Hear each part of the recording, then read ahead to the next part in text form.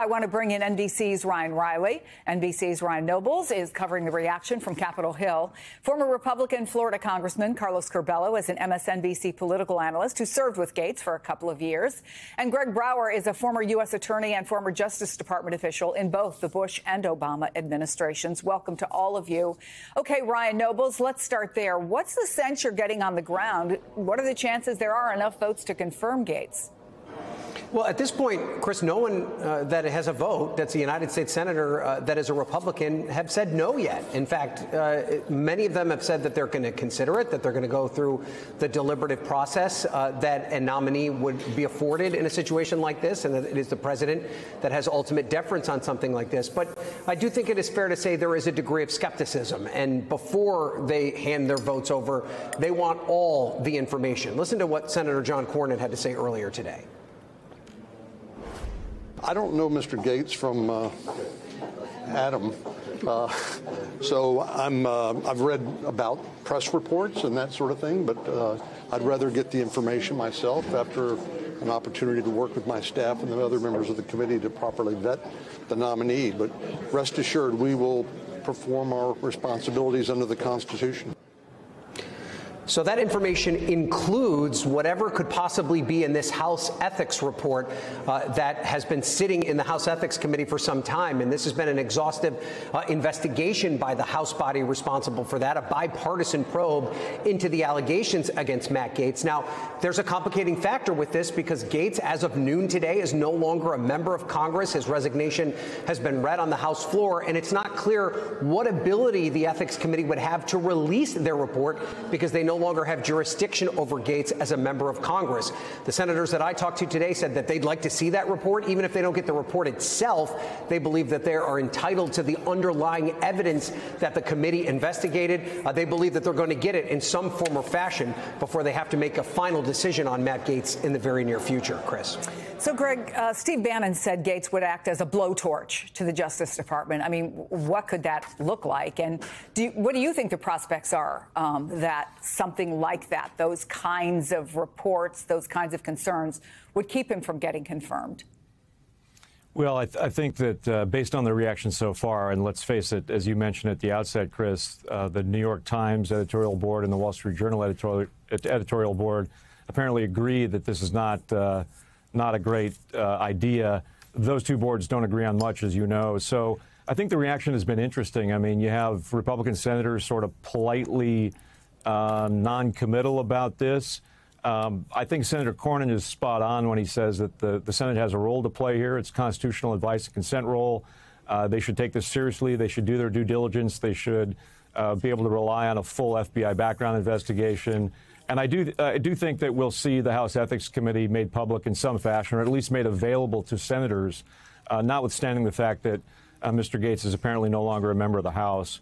And so I think there's a long way to go with this one, and this will be a real test of the Senate's ability to exercise its constitutional role, as it always has in the past. Yeah, to that point, Congressman, one of the fascinating things here, I think, is that in this era of a sharply divided government, Trump seems to have managed to bring people together in opposition over this pick, or at least concerns over this pick. The New York Times' Ezra Klein wrote this: "These aren't just appointments, they're loyalty tests." So I wonder what you think. Is Trump daring Republicans to cross him?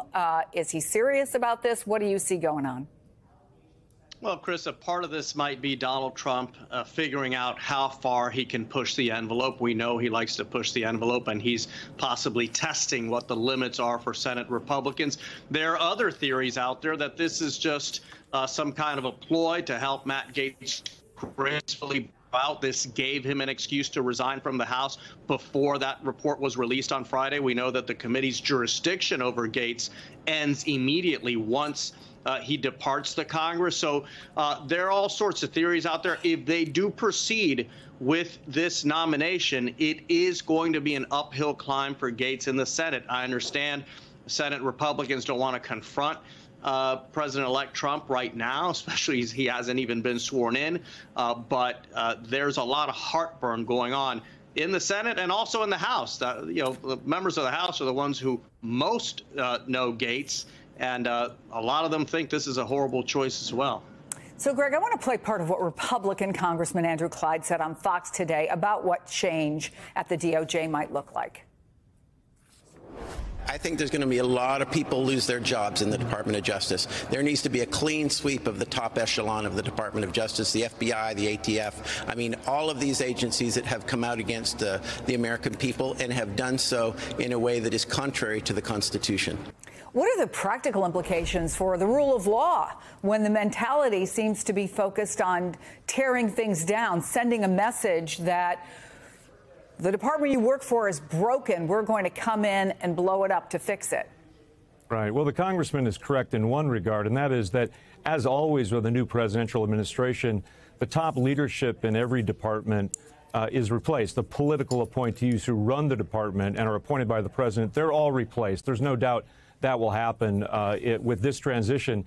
But below that political tier at the top, there are all of the thousands of career positions. Those people really aren't going anywhere unless they decide to resign for one reason or another, but they simply can't be forced out.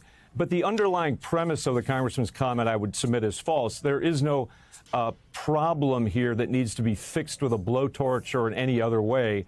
Every department, every agency is made up of human beings. Mistakes are made from time to time. We all know that.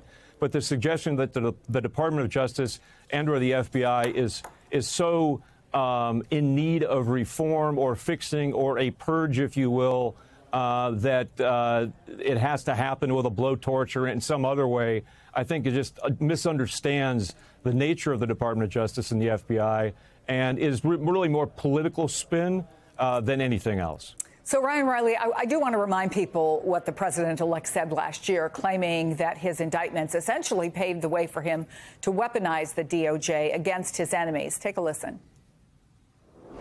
They've done indictments in order to win an election. They call it weaponization. And the people aren't going to stand for it. But, yeah, they have done something that allows the next party. I mean, if I happen to be president and I see somebody who's doing well and beating me very badly, I say, go down and indict them. So what's the reaction you were hearing from inside the department?